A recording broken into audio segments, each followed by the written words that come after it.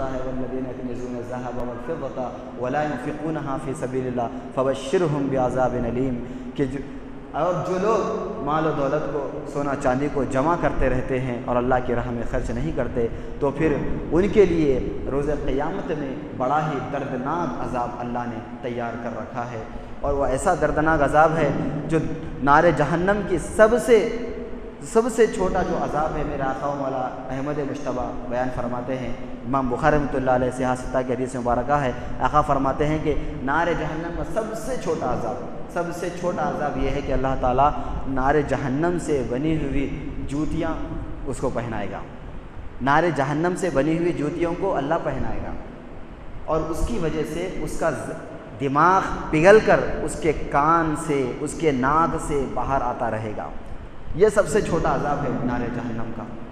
تو جب سب سے چھوٹا ہی عذاب اتنا بڑا ہے، دردناک ہے، تو پھر ان کا کیا ہوگا جو اللہ کی راہ میں جو ہے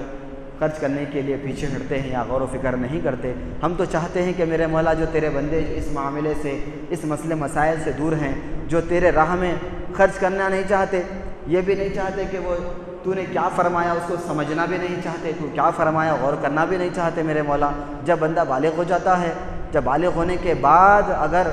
جو ہے اس کے اوپر، ماں باپ کے اوپر بھی اب اولاد کے لیے جو ہے کوئی ذمہ داری نہیں رہتی کہ اولاد بالغ ہو جائے، تو اس کے بعد صدقہ فطر بھی جو ہے ماں باپ کو بالغ اولاد کی طرف سے واجب نہیں ہے۔ صدقہ فطر بھی جب اولاد بالغ ہو جاتی ہے تو شرعی اعتبار سے ماں باپ پر وہ اولاد کی فطرہ بھی واجب نہیں ہے، اولاد بالغ ہو جائے تو اتنی زیادہ اللہ تعالیٰ سہولت دے رہا ہے۔ اس کے بعد بھی اللہ تعالیٰ ماں باپ کے دل میں اتنی محبت دیا کہ اولاد کتنی بڑی ہو جائے لیکن ماں باپ اس کی ذمہ داری اٹھاتے ہیں، اس کے مسائل کو دیکھتے ہیں۔ یہ ماں باپ کے دل میں اللہ نے محبت پیدا کر دیا، ایک ماں کی محبت پیدا کر دیا۔ اللہ تعالیٰ 70 ماؤں سے زیادہ چاہتا ہے، تو ہمارے ماں باپ سے بھی زیادہ اللہ ہمیں چاہتا ہے، اللہ ہم سے محبت کرتا ہے۔ تو رب العالمین کا کرم ہے کہ یہ ہم کو اس طریقے سے جو ہے سہولت عطا فرما دیا، آسانیاں پیدا فرما دیا، کہ اب یہ آسانیاں پیدا فرما کر اللہ تعالیٰ جب ہمیں حکم دیتا ہے کہ میرے بندے میرا ہمیں خرچ کر دے، تیرا اجر و ثواب رہے گا۔ اور فطرے کا معاملہ ایسا ہے کہ فطرہ بھی جب بندہ دیتا ہے تو فطرہ دینے کے لیے بھی اتنا ضروری ہے کہ بندے کو جو ہے سال کا گزرنا ضروری نہیں ہے، فطرہ دینے کے لیے سال کا گزرنا ضروری نہیں ہے۔ یہاں یہ ضروری ہے کہ ضرورتی زندگی، مال ضرورت، جتنی ضرورت وہ دن میں اپنی زندگی کھا پی کر گزار سکتا ہے، اس سے زیادہ اگر اس کے پیسے ہیں تو پھر کم سے کم 1.25 کلو آٹے کی اتنی مقدار علماء کرام، فقہاء کرام نے جو ہے طے کیا ہے۔ کتنا؟ 1.25 کلو آٹا، اور آٹے سے زیادہ افضل ہے اس کی قیمت دینا، تاکہ قیمت دینے سے اس کی اور بھی ضرورتیں پوری ہو سکتی ہے۔ تو بہتر یہ ہے کہ علماء فرماتے ہیں کہ جو شخص صدقہ فطر دیتا ہے، فطرہ جو اس کے لیے واجب ماہ رمضان کا جو معاملہ ہے، اور حاجت اصلی، یعنی ایسے کچھ لوگ ایسے ہیں جن کے پاس جو ہے اللہ تعالیٰ ان کو بھی آزما رہا ہے، فاقے ہیں، اب ان کے لیے واجب نہیں ہے، بلکہ جو شخص کھا پی کر دن گزار سکتا ہے، الحمدللہ سارے مسائل اس کے جو بھی ہے گزار کر، جو پیسے اس کے پاس حاجت اصلی سے زائد ہیں، ضرورت سے جو تھوڑے زائد پیسے ہیں، تو وہ حساب کر کے جو ہے نکال سکتا ہے۔ اتنے نہیں ہے کہ بالغ اولاد کی طرف سے نکالنے اس کے بعد پیسے نہیں ہیں، اپنے اہلیہ کی طرف سے نکالنے پیسے نہیں ہیں، صرف اتنے ہیں کہ وہ اپنی طرف سے نکال سکتا ہے، اتنے اگر پیسے ہیں تب بھی وہ ایک اپنی طرف سے نکال سکتا ہے صدقہ فطر۔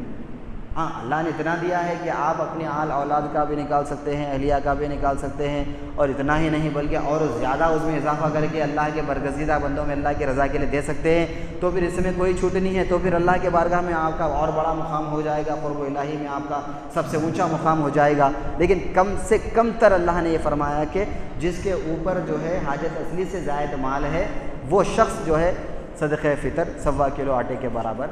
دے گا۔ اور جو شخص جس پر فطرہ واجب ہے، اگر وہ فطرہ ادا نہیں کرتا تو آقا و مولا فرماتے ہیں کہ روز قیامت میں اس کے روزے جو ہے درمیان میں لٹکے رہیں گے۔ روز قیامت میں اللہ جب ہوگا کہ اس وقت تک اس کے روزے لٹکے رہیں گے جب تک اللہ فیصلہ نہ فرما دے۔ تو اتنا نازک معاملہ ہے، صدقہ فطر کو ہم معمولی نہ سمجھے، بلکہ اس کی اہمیت بہت زیادہ ہے، اور جو شخص جو ہے ادا نہیں کرتا، سب سے بڑی بات یہ ہے کہ آج ہمارے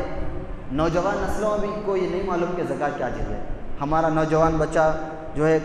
کاروبار میں لگ جاتا ہے، کمانے لگ جاتا ہے، ہاں ہر چیز میں لگ جاتا ہے، اب اس کے بعد پیسے جمع ہوتے ہیں، اس کے بعد وہ سالوں سال یہ نہیں سوچتا کہ اس کے اوپر زکوٰۃ واجب ہے، نہیں سوچتا۔ 52.5 تولہ چاندی کے اتنی مقدار کے اتنے پیسے اس کے پاس آ گئے اور قرضہ نہیں ہے تو پھر اس کے اوپر زکوٰۃ واجب ہے۔ اور نوجوان بچوں کو ہمارے معلوم ہی نہیں ہے کہ ہمارے پاس کتنے پیسے ہیں۔ الحمدللہ کئی ایسے نوجوان بچے ہیں جن کے پاس لاکھوں روپے بھی ہوں گے، ہاں کما رہے بھی ہوں گے، لیکن افسوس کی بات یہ ہے کہ وہ بچوں کے یہ ذہنوں میں یہ بات نہیں آتی کہ مولا ہم کما رہے ہیں لیکن تیرا فرمان بھی وہ کچھ اور ہے، تو دے رہا ہے ہمیں کس کے لیے؟ خود کے لیے تھوڑی دے رہا ہے مولا، ہمارے لیے ضرورت زندگی ہماری پوری ہو رہی ہے۔ اس کے بعد اللہ کے برگزیدہ بندوں کو اللہ تعالیٰ، جن کو اللہ تعالیٰ غربت کے ذریعے آزما رہا ہے، فاقے کے ذریعے آزما رہا ہے، مصیبت کے ذریعے آزما رہا ہے، اور اللہ تعالیٰ اور اپنے بندوں کو دے کر آزما رہا ہے، کسی سے لے کر آزما رہا ہے، یہ لے کر آزما کر اللہ تعالیٰ دونوں کو آزما رہا ہے کہ دونوں انسانیت کے معاملے میں کہاں تک میری فرما برداری کرنے والے ہیں، کہاں تک یہ لوگ میرے حبیب کا قرب حاصل کرنے والے ہیں۔ تو اللہ تعالیٰ یہ آزمائش میں ہمیں ڈال رہا ہے۔ تو ہمارے نوجوان کئی بچے ایسے ہیں جو کماتے ہیں، ہاں لیکن ان کو یہ بھی نہیں معلوم کہ بھائی آپ اپنے بارے میں محاسبہ نہیں کریں، اپنے بارے میں غور و فکر نہیں کریں، ماں باپ نے آپ کو یہ نہیں کہا، ہاں تو یہ سارے معاملات مسائل ہیں، اور زکوٰۃ دینے کے بھی مسائل ہیں۔ آپ سب سے پہلے اپنے خرابت داروں کو دیکھیں، عزیز و اقارب کو دیکھیں، ہاں عزیز و اقارب کو دیکھیں، اس کے بعد ان کے بعد والوں کو دیکھیں، جو اپنے قریب ہیں ان کو دیکھیں۔ تو یہ اسلام میں اللہ تعالیٰ نے مرتبے بنا دیے